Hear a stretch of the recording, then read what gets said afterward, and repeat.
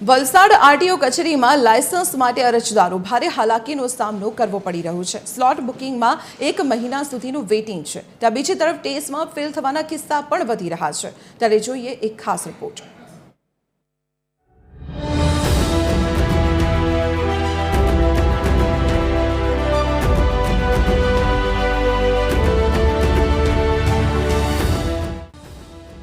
વલસાડ આરટીઓમાં છેલ્લા કેટલાક સમયથી ડ્રાઇવિંગ લાયસન્સ માટે આર્ટિફિશિયલ ઇન્ટેલિજન્સ ટેસ્ટ પદ્ધતિ અમલમાં છે, જેથી અરજદારોને સ્લોટ બુકિંગ માટે મહિના સુધી રાહ જોવી પડે છે અને જો ટેસ્ટ દરમિયાન નાની ભૂલ થાય તો પણ ફેલ થવાનો વારો આવે છે, જેને લઈને અરજદારોમાં અસમંજસતાની લાગણી ફેલાય છે।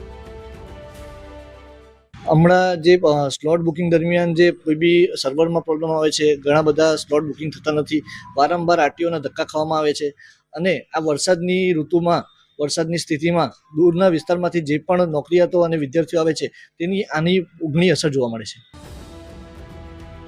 છેલ્લા ઘણા સમયથી આરટીઓમાં લાયસન્સની પ્રક્રિયા માટે જે રીતે ટેસ્ટ આપવામાં આવી રહી છે, જેને અનુસંધાને ઘણા લોકોને તકલીફોનો સામનો કરવો પડી રહ્યો છે।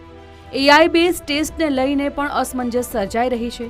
ઘણા અરજદારો ટેસ્ટમાં ફેલ થવાના પણ કેસો સામે આવ્યા છે અને અરજદારોનું માનવું છે કે સ્લોટ બુકિંગમાં પણ 1 મહિનાનું વેઇટિંગ કરવું પડે છે। કે એપોઇન્ટમેન્ટ લીધી હોય તો એ એપોઇન્ટમેન્ટ મહિના પછી આવે છે અને આખો એક જોવા જઈએ તો આખો ટેસ્ટ એક એઆઈ જનરેટ પર છે। જ્યારે આપણે ઓનલાઈન જ્યારે એક્ઝામ આપીએ છીએ તો આપણે પાસ કરી લઈએ છીએ, પણ જ્યારે આપણે ફિઝિકલ એક્ઝામ આપવા જઈએ છીએ ત્યારે રિવર્સમાં અને ટર્નિંગમાં બહુ પ્રોબ્લેમ થાય છે। ટુ વ્હીલર પાસ થઈ ગયું, પછી ફોર વ્હીલરનો આપી આવ્યો તો ત્યાં ખાલી અંદર આવ્યો, રિવર્સમાં થોડો કન્ફ્યુઝ થયો, બાકી થોડું પાસ કર્યું છે। ત્યાં રિવર્સમાં પછાડી લેવામાં જરાક કન્ફ્યુઝ થયો।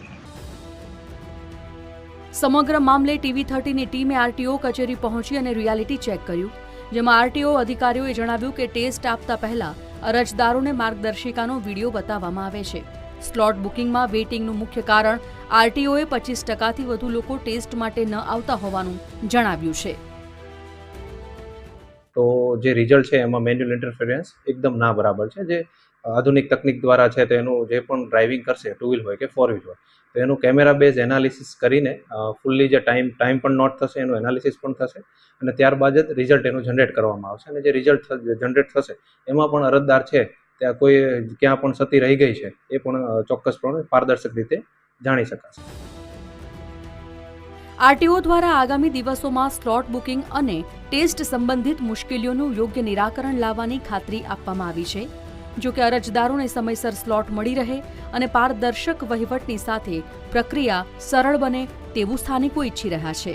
પ્રિયાંક પટેલ, TV13 ગુજરાતી, વલસાડ।